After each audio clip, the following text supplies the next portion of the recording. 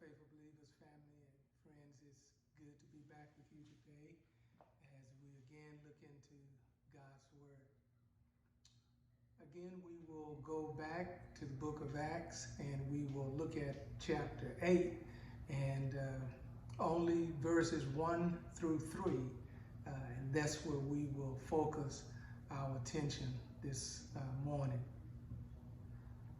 And it reads, Saul agreed with putting to death Stephen.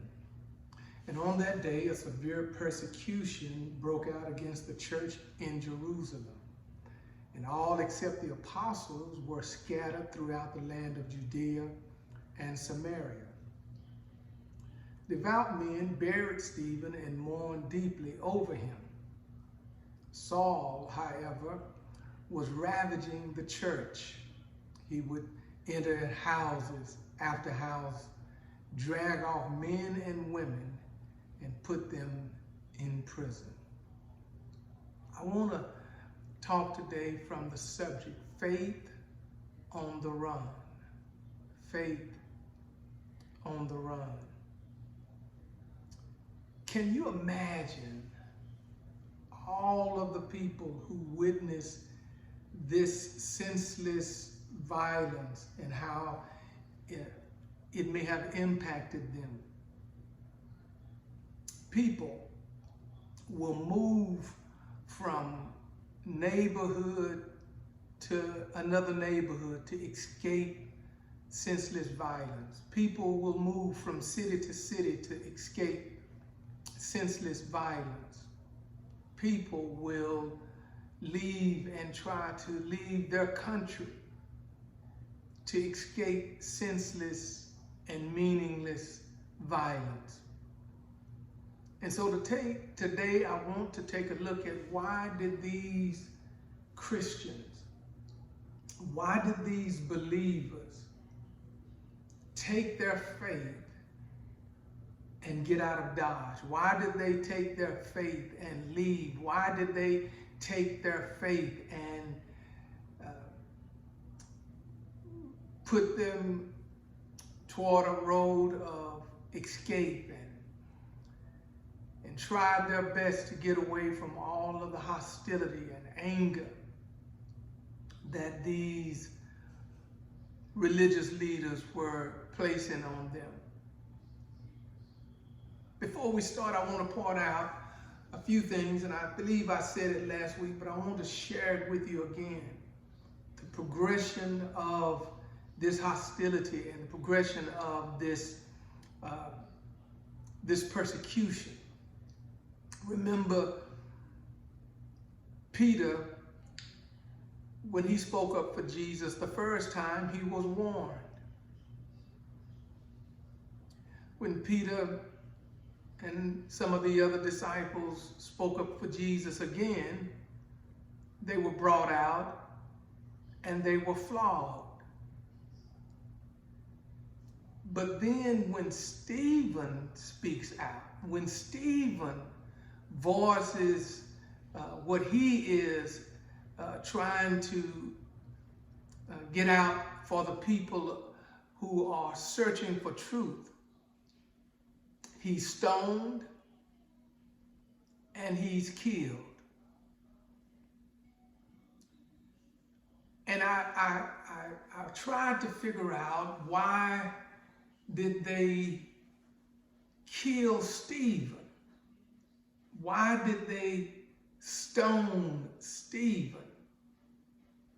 And it goes back earlier when we were having this discussion. You remember there was a complaint that the Greek-speaking Jews had against the Aramaic, the Hebraic-speaking Jews, that they were not getting their daily distribution. So there were two different sets of believers. They all believed in Jesus. They all believed in the resurrection. They all believed in the truth of the message of the gospel. But they were different. And I believe that has something to do with what they would accept and what they would not accept. these apostles were a part of that Jewish faith, that Jewish community, that Jewish belief system, that they understood where they lined up. You remember when they brought them out, those who were a part of the religious sect didn't harm them because the people, they were afraid of the people. But our lesson and in our sermon today, you'll find out that it changed when they killed Stephen. So why did they run? Why did these Greek-speaking Jewish Christians, why did they leave? Well, I believe the first reason was because they were put on the run because they had witnessed a senseless murder.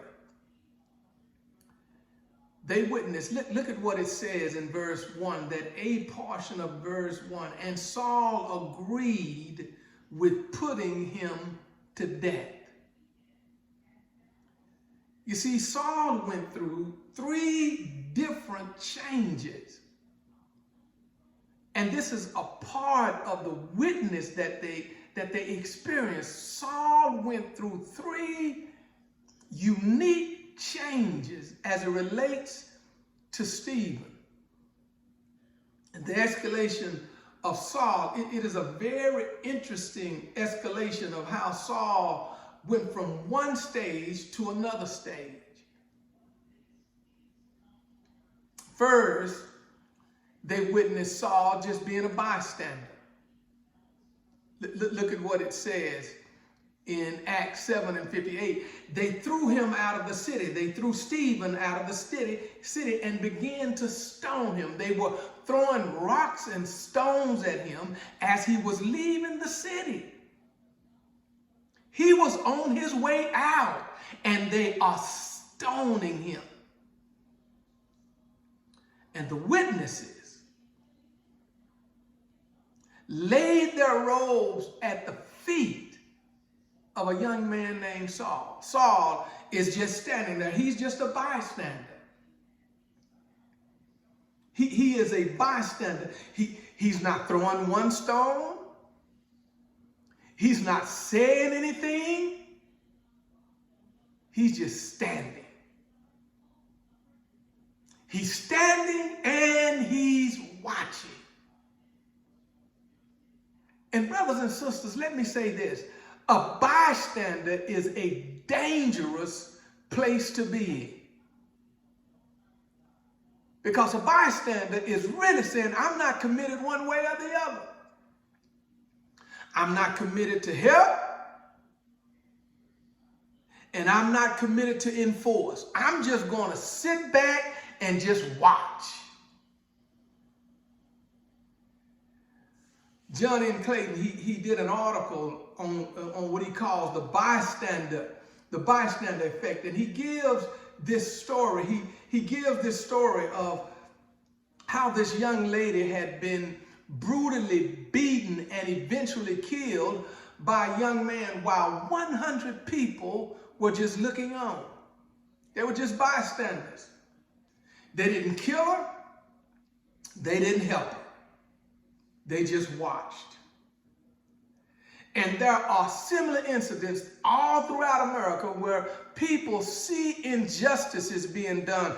They see wrong being done, and they won't do anything to help. They're not going to participate in the wrong. They're just not going to do anything to help a person out of the wrong. And sometimes, brothers and sisters, those who are Christians have this same type of bystander effect. It's called the survival of the fittest. As long as it's not happening to me, I could care less what happens in the world. I could care less what happens in my community. I could care less as long as it doesn't affect my job, as long as it doesn't affect my family, as long as it doesn't affect my children. Just leave me out of it, a bystander. And that's what they witnessed. They witnessed Saul as a Pharisee. They witnessed him as a religious leader who was not willing to stand and be a voice of reason. And sometimes that's all you need. You just need someone who will be willing to stand and say, leave him alone, leave her alone. But what did Saul do? He just stood there. And your silence is an admission that you are okay with the treatment or the mistreatment of others. You see, when you see someone being treated wrong and you're not willing to stand up, you are actually a bystanding participant. He went through a change. He was first a bystander, but then secondly, he became vocally involved. He went from just looking to speaking up. And that's where you get to verse 1. Verse 1 says, Saul agreed with putting Stephen to death. He went from just being a bystander, standing and people laying their garments, their robes at his feet, to actually giving a sentence. Can't you hear Saul now? Kill him! Can't you hear Saul now? Do away with him. Can't you hear Saul now saying, silence him? Don't want to hear another word come out of this Greek-speaking Jewish Christian's mouth. Shut him up. Silence him. Kill him. If you'll kill him,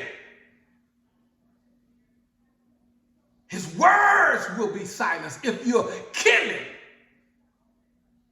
maybe this movement will stop. Maybe this movement will end. Kill him.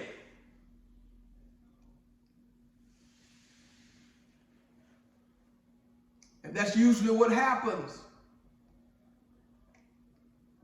You see, when people are willing to just stand and sit idly by and watch injustice, it won't be too long before they too will join in and be a participant in the injustice. I just can't believe that everyone who stormed the Capitol building in January, I just can't believe that all of them woke up that morning and said, you know what, today is the day that I'm going to lose my mind. I believe some went and they were just standing idly by. Just standing and being a complacent bystander. But then something started triggering the mind, and being a bystander was no longer good enough. They had to become vocal.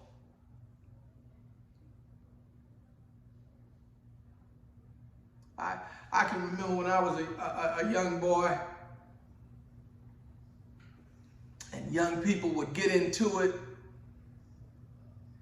and people would just be standing by, watching,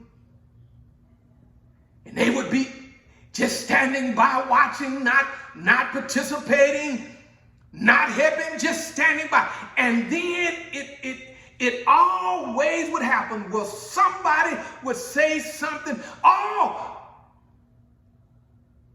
hit him. Get him. And then it wouldn't be too long before just becoming a bystander that people would start vocalizing their dissent, vocalizing their tone, vocalizing their ideas of what they really truly believe in their heart. As a religious leader, Saul should have known that standing by, Saul should have known that bad company corrupts good character. The reason why you know that is because Saul, who becomes Paul, comes back in that verse in 1 Corinthians in that 15th chapter and that 33rd verse, and he says this, he says, do not be deceived, bad company corrupts good, godly, and moral character.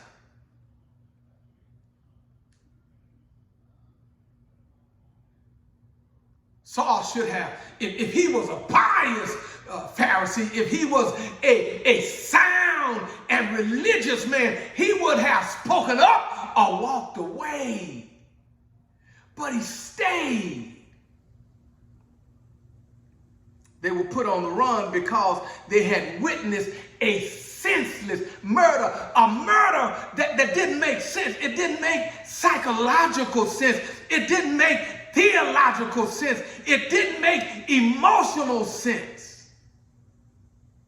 But then they were put on the run because they were experiencing severe persecution. And this leads me to that third point of Saul's progression. He was a bystander, then he became vocal, and then look at this third thing. He became fully involved in attacking the children of God. From a bystander to a vocal opponent to actually being involved in the physical attack of God's people. Look at verse 3. Saul, however, was ravaging the church. Let me stop there. The first thing that Saul did was he attacked the church. He attacked the assembly. He attacked the ecclesia. He attacked those who were assembling together. Saul, however, was ravaging the church.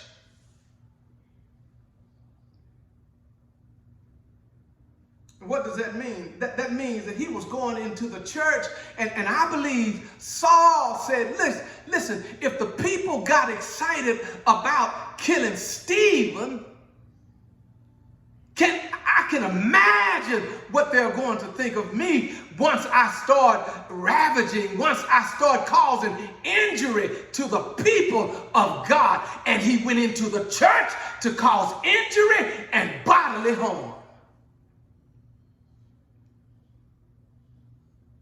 Let's shut them up. Let's quiet these Greek-speaking Jewish Christians down. Let's just silence them. If we can get inside their assembly, if we can get inside and stop those who are trying to receive the word of truth, if we can just get in and cause harm, then it will discourage them.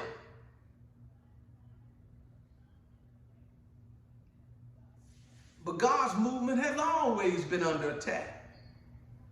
And God's children have always been under attack.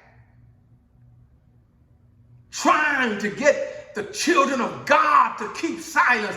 That's the reason why Shadrach and Meshach and Abednego had been placed in a fiery furnace to silence them. That's the reason why Daniel was placed in a lion's den to try to be mutilated to silence them. That's the reason why John the Baptist's head was beheaded to silence him. And that's the reason why Jesus was placed on Golgotha's hill to silence him.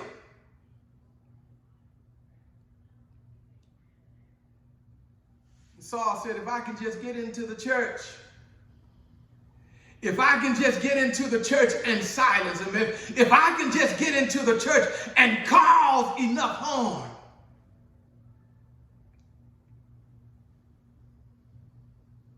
I believe that's the reason why those 4 little girls were bombed in Birmingham, Alabama, because they just wanted to silence the children of God.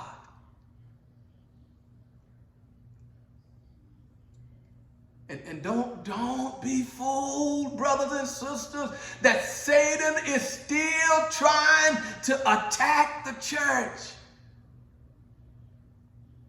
He's still trying to throw his darts at the church. He's still trying to dissuade the preaching of the gospel, the teaching of the gospel.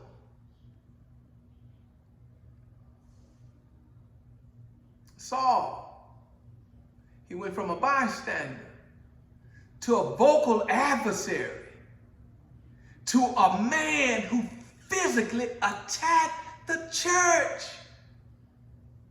Oh, God. Help the church today to stand. Help the church today to stand in the midst of all that they are undertaking. I hear Jesus saying that the gates of hell is not going to be able to prevail against the church.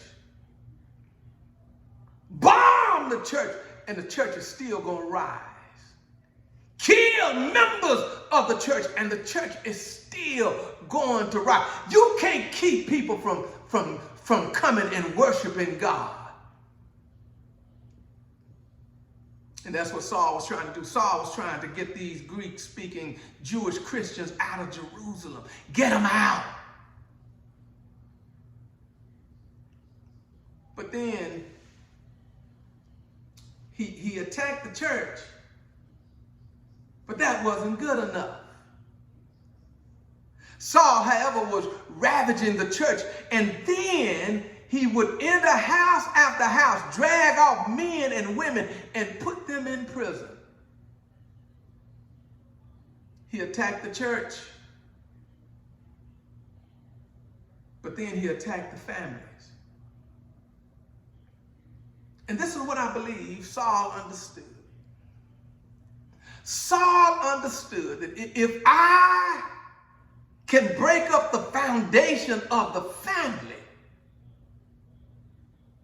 then I'll shatter the church. Because every church is made up of families. Every church is made up of men and women, children, boys and girls. So if I can just mess up the family, then I'll destroy the church. And so how am I going to do it? I'm going to take the men out. I'm going to take the head of the family. And if I can get the spiritual leader of the family taken out, if I can get him separated from the family, I'll eradicate this Christian movement. And so he took the men out. And brothers and sisters, I don't care. Listen, I praise God for those who are mothers who are single mothers, and you're doing a fabulous job of raising your children on your own. But let me say, my brothers and sisters, if you can find a godly man that will live by godly principles, give yourself a chance and allow God to send you a God-believing, God-fearing man that will be the spiritual leader of your home. Because Saul understood, if I can take the man out of the house, I can mess it up. I can mess this faith up. But then I know what you're saying. I can hear you speaking it. Saul said, it's just not good enough for me to attack the man of the house. I've got to also attack the woman of the house. So let me get her out as well. If he could take the mother, if he could take the mother who is always on her knees, if he could take that prayer warrior out of the house, if he could take that one who has an unconditional, abiding love for Christ out of the house, he knows that those children, if he could take out of the house that one who has a tender love for God, that one who has an unyielding service for God, if he could take her out the house,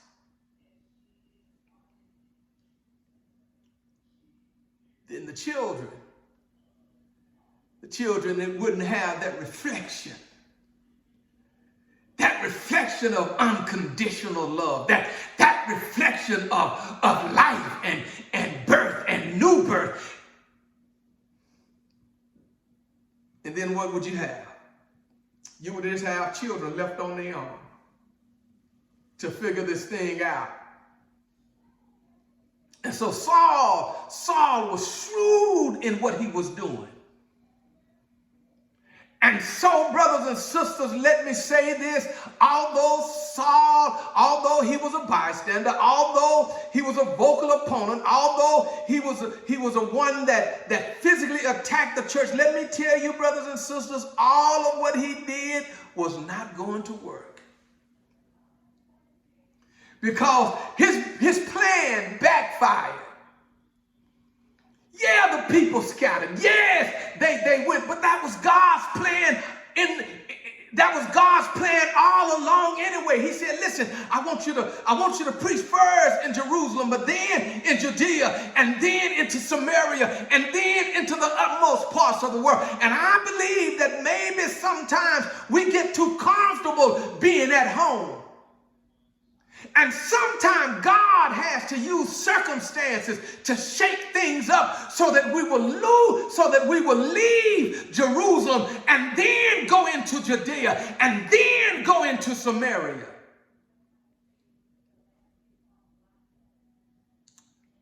Jesus. When our faith is on the run, don't always think that that's a negative thing.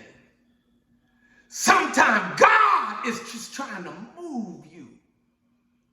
Sometimes God is trying to stir things up in your life. And whatever he uses, sometimes God just has to use what you are going through in your life to push you to greater and greater things.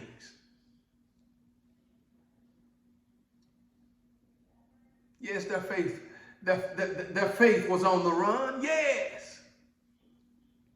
Yes, they witnessed a senseless murder. Yes, they experienced persecution. But this is what Jesus said. And the disciples understood it. He said, go therefore and make disciples into all nations, baptizing them in the name of the Father and in the name of the Son and in the Holy Spirit, teaching them to observe all things. And this is what he said, and lo, I will be with you always, even until the end of the age. So it doesn't make any difference what you go through in life.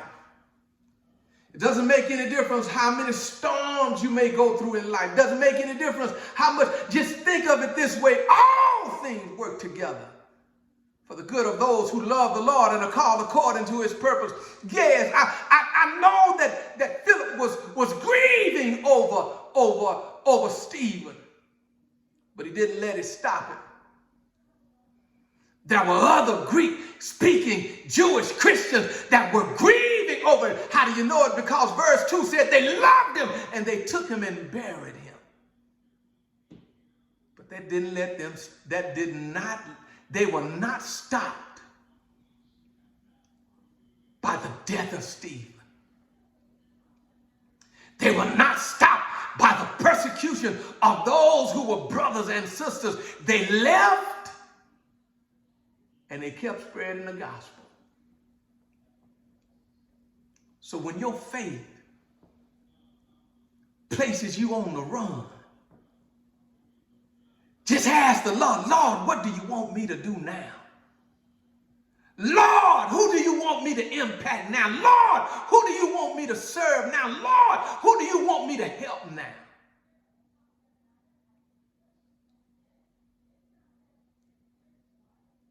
Yeah, you might slay me. Yes, you might try to kill me, but I'm going to trust in God. Oh, my brothers and sisters, I pray that your hearts have been changed, your minds renewed, and your lives revived. May God bless you. May God keep you, is my prayer. Faith